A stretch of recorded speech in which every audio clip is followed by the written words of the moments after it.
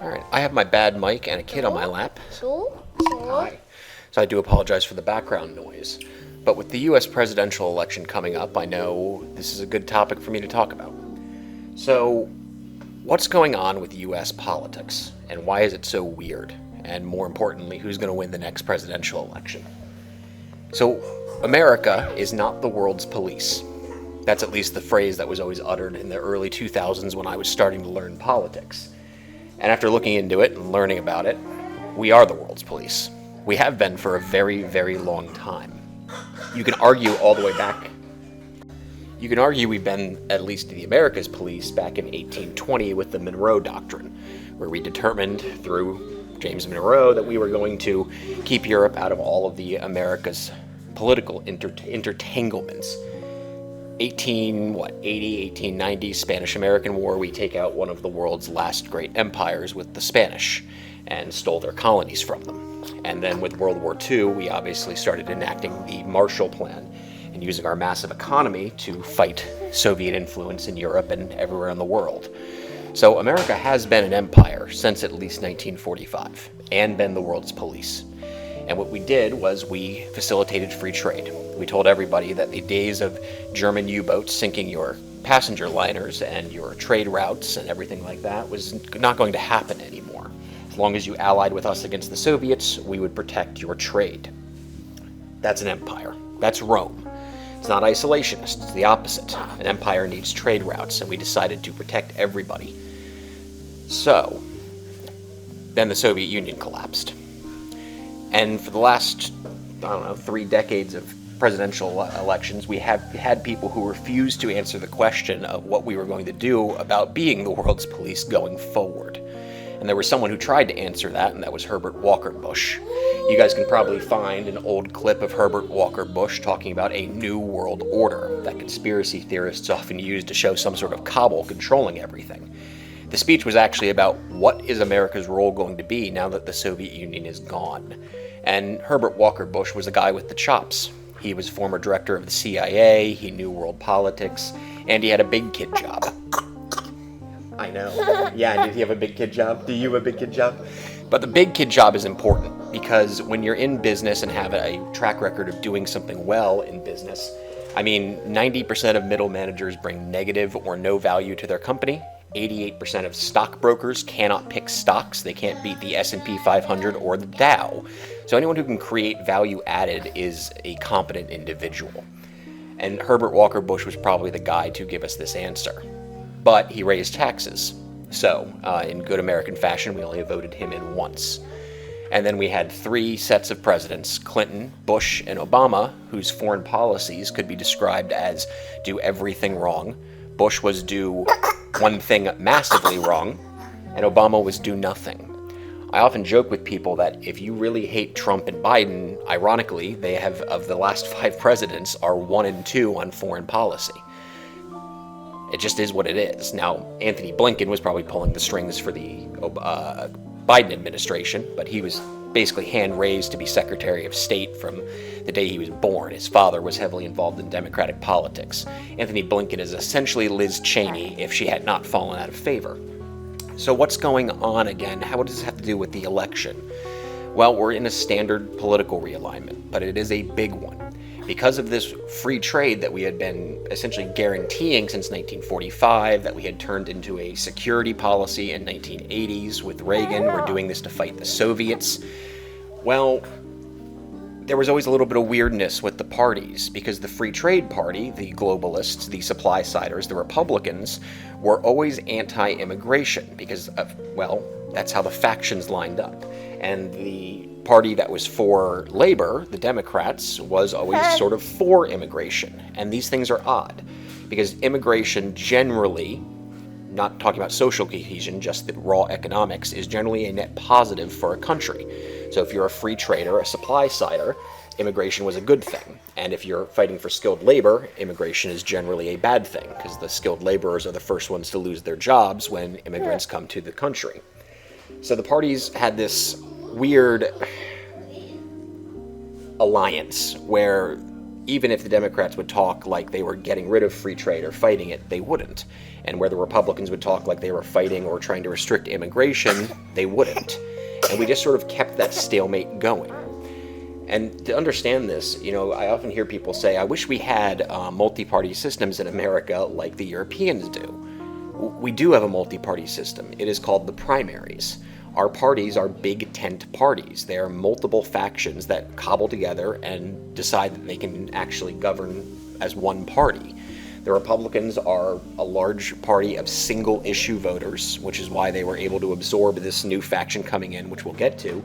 And the Democrats are more ideologically aligned with each other, but if you ask, for example, like civil rights, if you ask the Southern Black Baptist preacher what civil rights means, he's going to give a different answer than the gay couple in San Francisco. So if you ever watch the primaries, the Republican primaries is always a fight over policy, and the Democrat primaries are a fight over who can give the best speech and get everyone unified, right? Obama and Biden, the great unifiers. Obama gave a good speech. Biden marketed himself as the unifier moderate who could bring all the factions together. So with free trade going away, because Donald Trump, the political chainsaw, came in and dissected everything, well, the parties needed to realign. And the reason the Republicans were so against Trump at first, there's that faction of never-Trumpers, is because, well, like I said, the party in charge, the faction of the Republicans in charge was the supply-siders, the globalists, the free traders. Trump came in and said, I'm going to enact tariffs. That was a Democrat economic policy. And as I said, because the parties had this agreement where Republicans wouldn't do anything on immigration, Democrats wouldn't do anything on free trade, the people that got left behind were the skilled laborers, the labor unions. The Democrats couldn't do anything for them. So when Trump comes in and says, I'm going to enact tariffs and protect the skilled laborers, get rid of free trade, well, all of a sudden the unions had a hard choice. And it's taken them a few years to catch up, 8 years almost. But now the labor unions are swinging towards the Republican Party, and that is our major faction shift. For the first time in about 120 years, the Republicans might not be the party of business. And because corporations, big business, are often a little bit ahead of the political arena, they've been enacting DEI policies for years, which is a favorite policy of the Democrats. So you've seen corporations switch to the Democratic Party. And if you think this is weird and don't believe me, well, just look at the former neocons, the supply-siders, the free traders, the never-Trumpers. Well, the Cheneys just came out and endorsed Kamala Harris. So, this is the realignment. It's going to get weird, and there will be labor unions in the Republican Party, which is odd. But even odder, the neocons don't have a spot anymore because they've been jettisoned from the Republicans. So they're going to have to join the Democrats at some point. And while it sounds odd, look at their Kamala's and Trump's presidential pages on corporate taxes, guys. There's only a 9% difference between their corporate tax rate proposals. Don't be surprised if in about 10 years you see the Democrats advocating for something like an Irish-style corporate tax system where corporations only have a 10 or 13% tax rate. It would line up with all their policies. And now the immigration issue actually makes sense, and the party's economic positions line up with their immigration policies. So, that's the weird thing that's going on. But if we want to look at the presidential election, what does this mean for what's going to go on moving forward? Well, why don't we head over to a map? Yes, buddy, and check it out.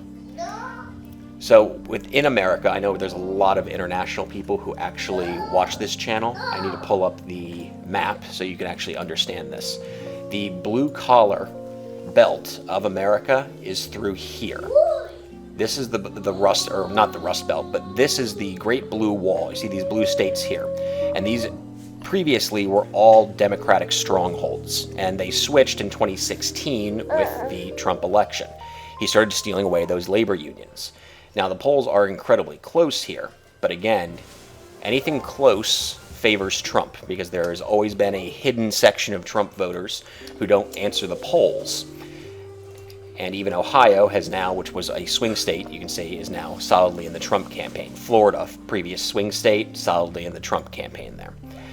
So with the election going forward, I have gotten every presidential election wrong since 2004. I kid you not.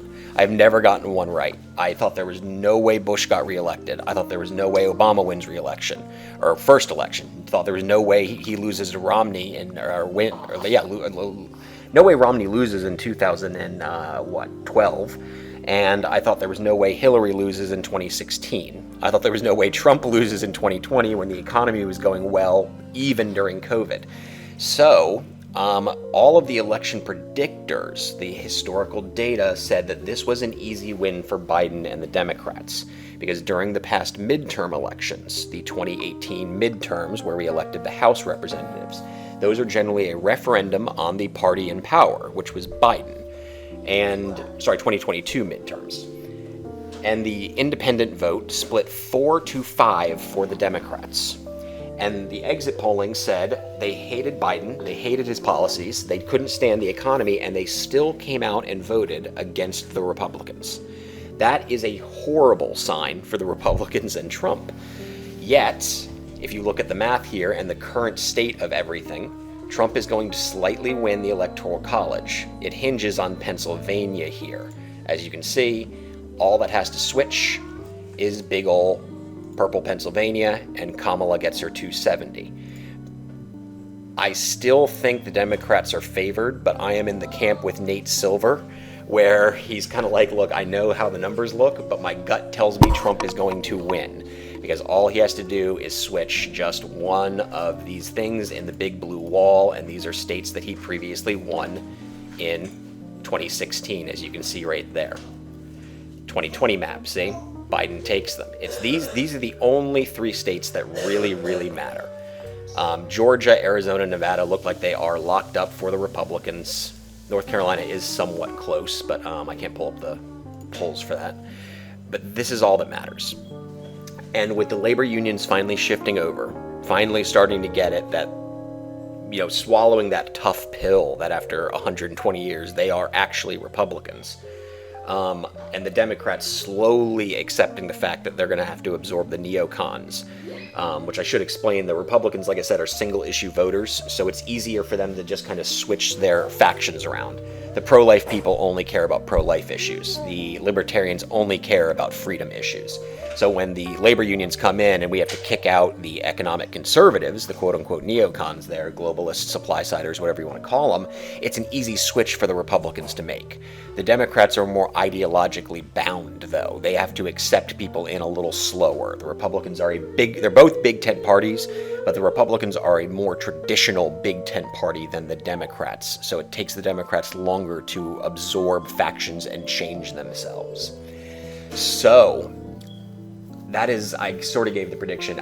All the numbers favor Harris, all the historical numbers, but this is a atypical election, as it was in 2016. So I do believe Trump is going to take one of these states here, and that will be enough to flip the election towards him. Another thing to watch out for, if Kamala wins, it's going to be close. Trump does have a chance to do a blowout here. It's kind of hard to predict what he does, because he does things that are a little bit crazy sometimes, and we're not sure why he does them. But, when you start seeing him campaigning in New York, which makes no sense, or New Jersey, well, people go that those states can't be won. They're solidly Democratic states. But when a party starts spending money in states that it can't win now, it's because they're campaigning for the future. So it appears either the Republicans see the internal polling and know that they can start trying to expand for the next years in the future, or Trump doesn't know what he's doing and is just campaigning where he wants to campaign. We don't really know with him. If we saw a Mitt Romney, a John McCain do this, we would be pretty sure the Republicans' internal polling is accurate and that they know they're going to win. But watch out for that, because like I said, it'll either be a close win for Kamala, but there's a chance that there's a blowout for Trump, honestly. He could easily take, those, and I don't think he can flip anything else. Minnesota's a little too far gone, but still a 3-12 victory would be a blowout. So that's sort of what's going on. Parties are shifting. Labor unions solidly in the Republican camp. Corporations mostly solidly in the Democratic camp. And what you're going to see with the free trade going away is more wars in the world. More isolationist America. Like I said at the start of this, are we the world's police? Well, not anymore. And we are letting the Russians and the Ukrainians duke it out. We're letting the Israelis and the Palestinians duke it out. We will probably be letting Ethiopia and Eritrea duke it out in the very near future when they start up another war. We're letting everything go to hell in a handbasket. So, welcome to the New World Order.